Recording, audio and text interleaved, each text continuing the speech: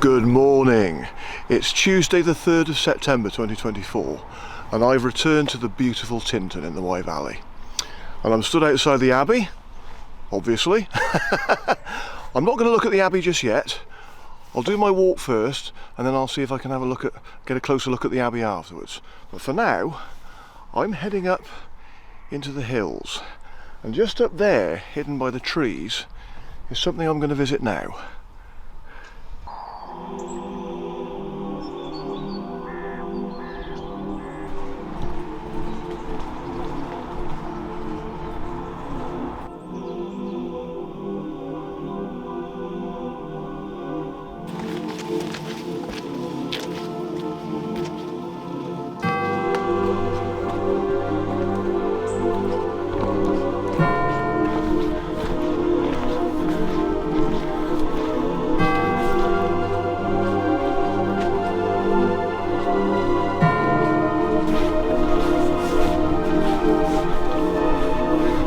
Here we are, St Mary's Church.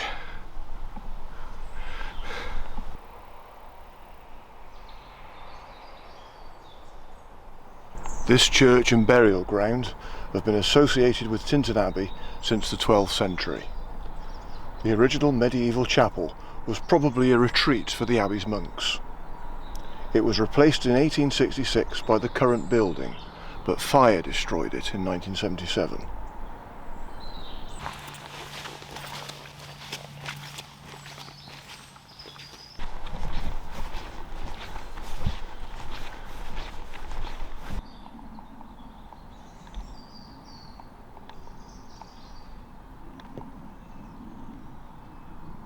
Oh well, this has been fenced off as well.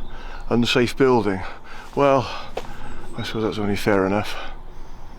But, I do remember when I came here before, I was actually able to get inside. Anyway, there you go. Yeah, so I came here. Cool, the first time I came here was, I did a walk with some friends of mine when I was living in Chepstow.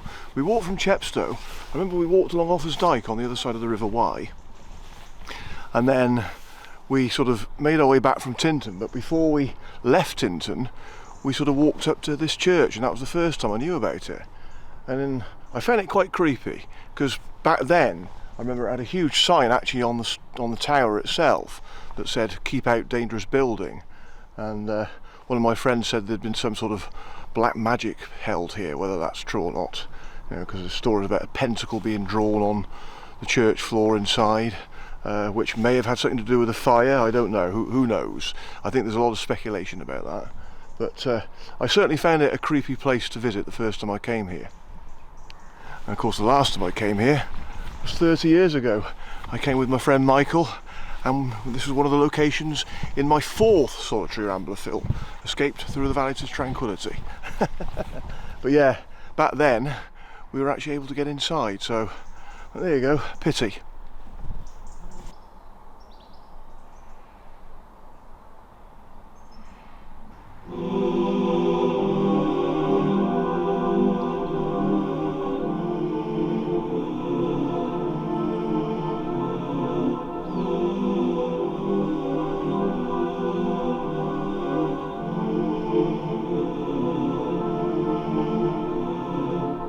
Well, it's been absolutely lovely revisiting St Mary's Church again after 30 years.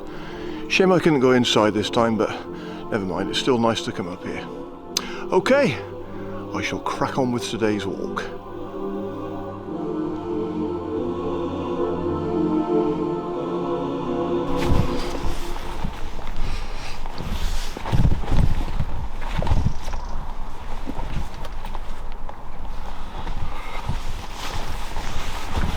Okay, upwards and onwards.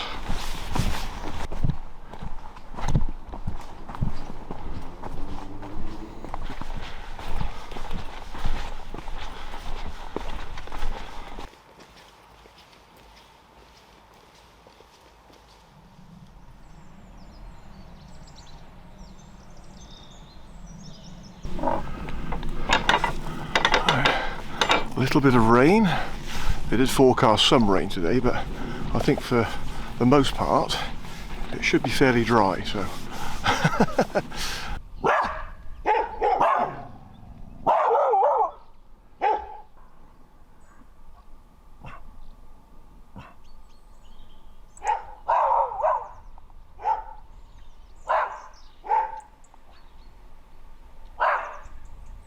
As you can hear, I'm warmly welcomed by the residents of Penterry Farm.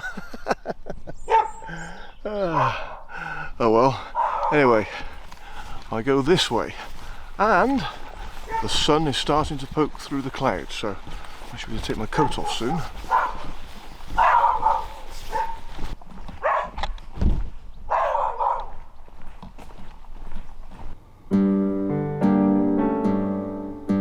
Bearing right through a gate at a footpath sign, I headed across a field, making for the church ahead of me.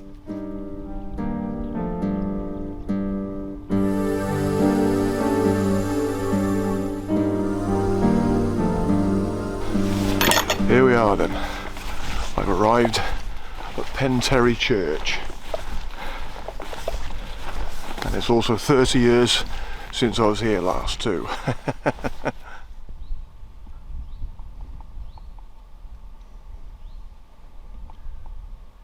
St Mary's Penterry. The earliest church at Penterry is mentioned in documents as being in existence in 955 AD, and land at Penterry is confirmed in the charter of Tintern Abbey, granted in the early part of the 12th century by Gilbert, Earl of Pembroke. The church field was purchased in 1996 and is owned and managed on trust for the benefit of St Mary's. It is the site of the medieval village of Penterry, the population of which is believed to have been decimated by plague in the mid-14th century.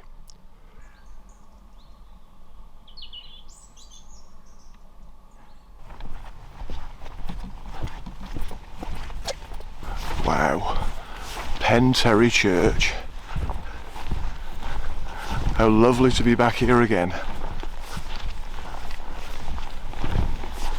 One of the smallest churches I've seen in one of the most isolated places I've seen.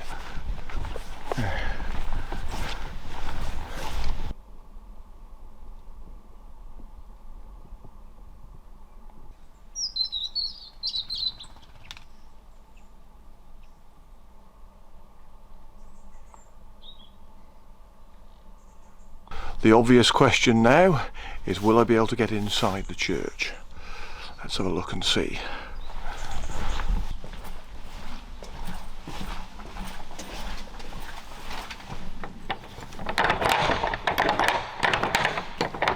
No, that's a bummer. Oh well, to be perfectly honest with you, I didn't really expect Penterry Church to be open. Still a shame though, but don't know where the church warden lives, perhaps on one of the nearby farms, but yeah, I didn't really expect this church to be open, if I'm honest with you, so I'm not too disappointed.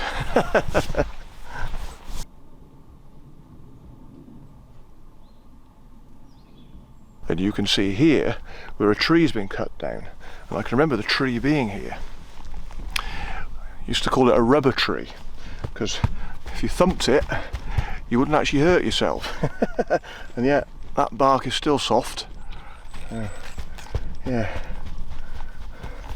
Oh well, yep. I remember that rubber tree very well.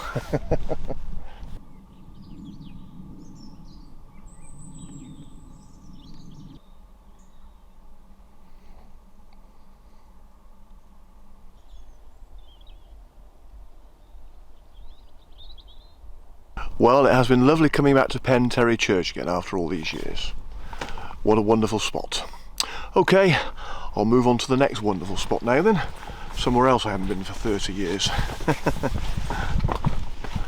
And better still, the sun is coming out again, so hopefully the sun is out to stay for the rest of the day now.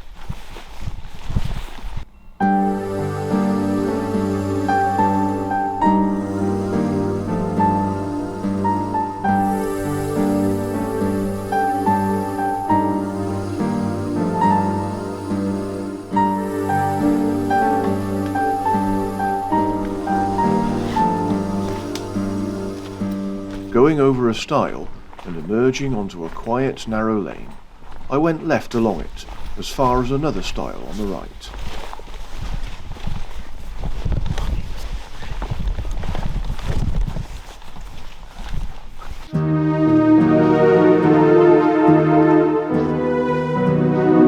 I'm nearly on the top of Gaer Hill. Already got some fantastic views. Absolutely wonderful.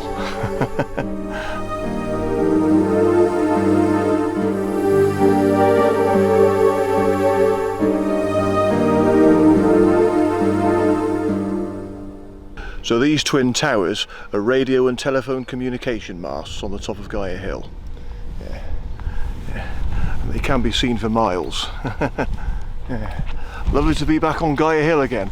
Now, Gaer Hill, as with Penterry Church back there, I came here 30 years ago with my friend Michael and my friend Richard, which was another location for my second solitary ramble film, The Lost Villages.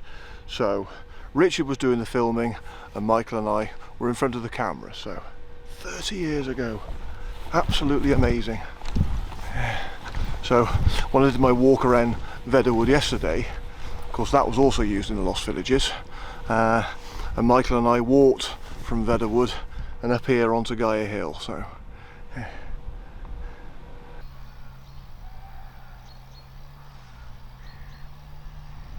So I'm just standing behind the transmitters now, and this is an Iron Age hill fort.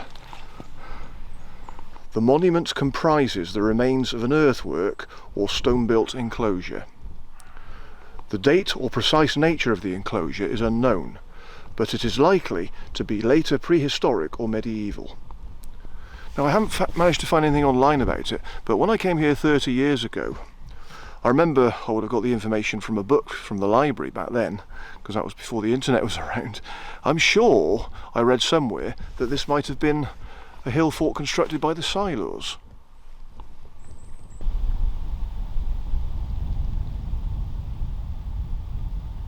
Ah, okay.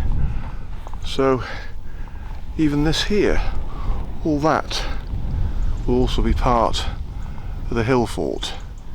Just make out the mound on the edge of the field.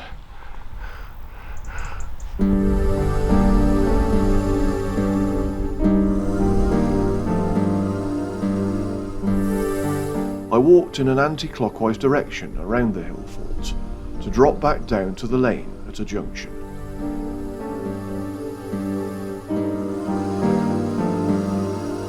So I've reached the quiet lane again,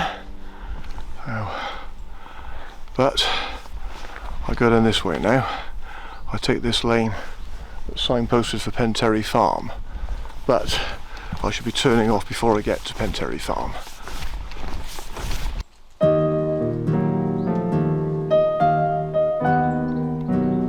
Taking the next lane on the right, I walked between farm buildings in the settlement of Porthcasseg, making for the woods ahead of me.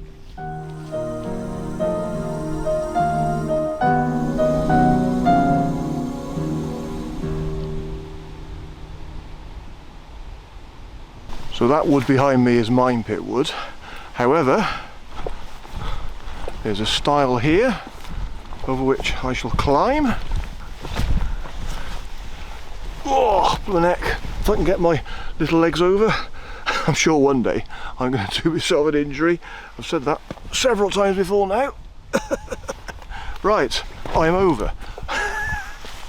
So now that I've climbed the stile, I am now in Black Cliff Wood. And, perhaps more importantly, and more interestingly, I have joined another section of the Wye Valley Walk. So I'm now going to follow a little bit of it in the north direction, and I'm going to head back towards Tintern.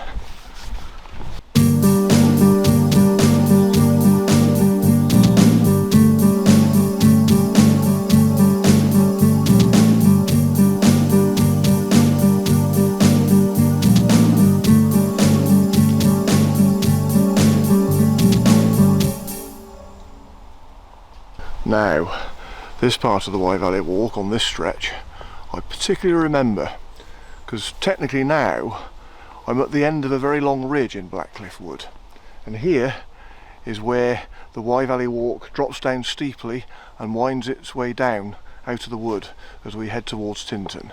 So, I'm looking forward to this bit, but I'll have to go a bit careful because I could end up slipping over and landing on my bottom.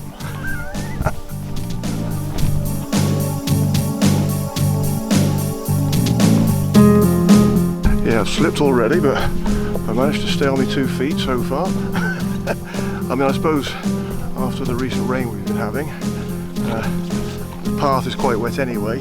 We've also got wet leaves on the ground, wet rocks, so yeah, you do have to go a bit careful.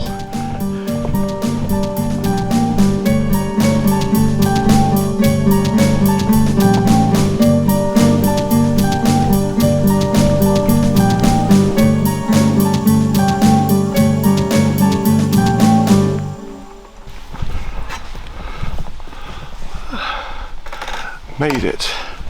Well, I'm now in a very muddy field. Okay, now, having checked the map and also the waymarks confirm it, I see that the Wye Valley Walk now goes that way, so it's actually been diverted a slightly different way to Tintern than when I was here 30 years ago. It used to go over that way and into the woods on the other side of this field. There is a right of way still over there, so I'm going to follow that way because I want to go back the way that I can remember, so let's go.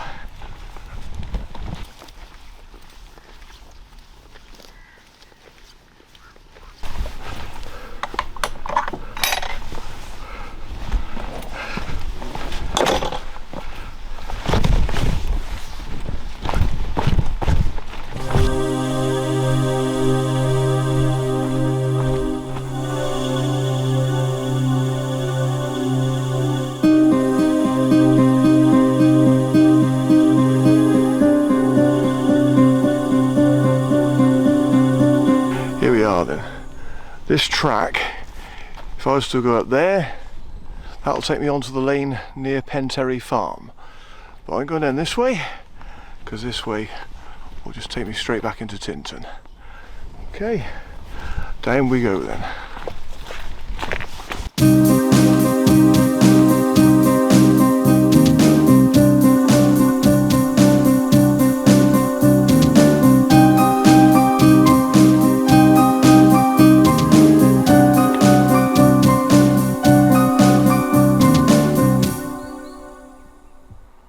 This is where the Wye Valley Walk comes out, so I just wanted to do the old route because that's the route I remember. I see there are lime kilns along there, but I'm not particularly worried about going to see lime kilns. I'm going to go on now and see Tintern Abbey.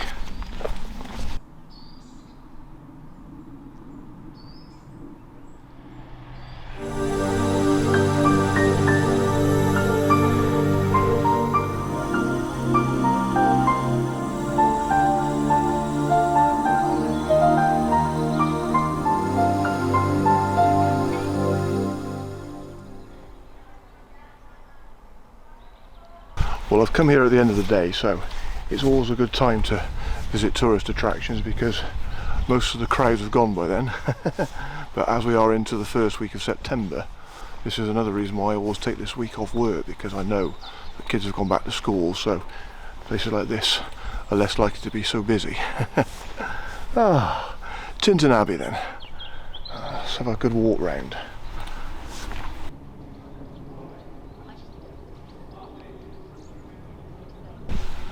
Ooh. Right, duck. Oh, well, that was a bit of fun, but I can't get any further. Yeah.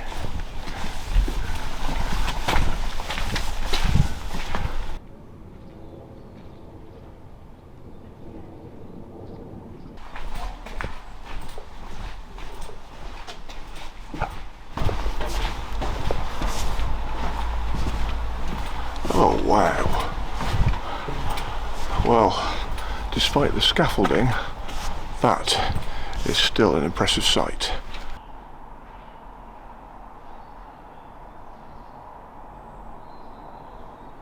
Tintern Abbey was founded in 1131 by Cistercian monks and is a Gothic masterpiece and romantic symbol of the sublime, its roofless splendour perched on the banks of the River Wye.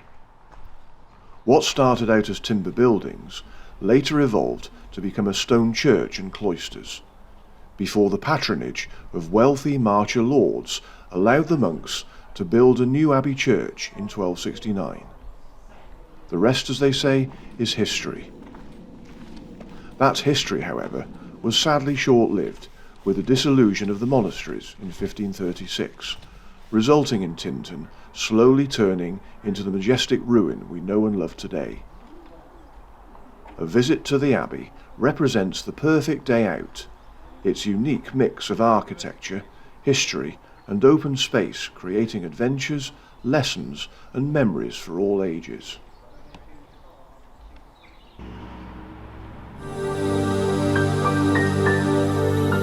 So that's Tintern Abbey. What a wonderful place, and a lovely spot to end my walk, which has been wonderful too. I really enjoyed today's walk. It's been about 5 miles and the sun is well and truly out now, so it's the perfect end to a perfect day. I'm feeling quite warm in this coat now, so I think I'm going to take it off.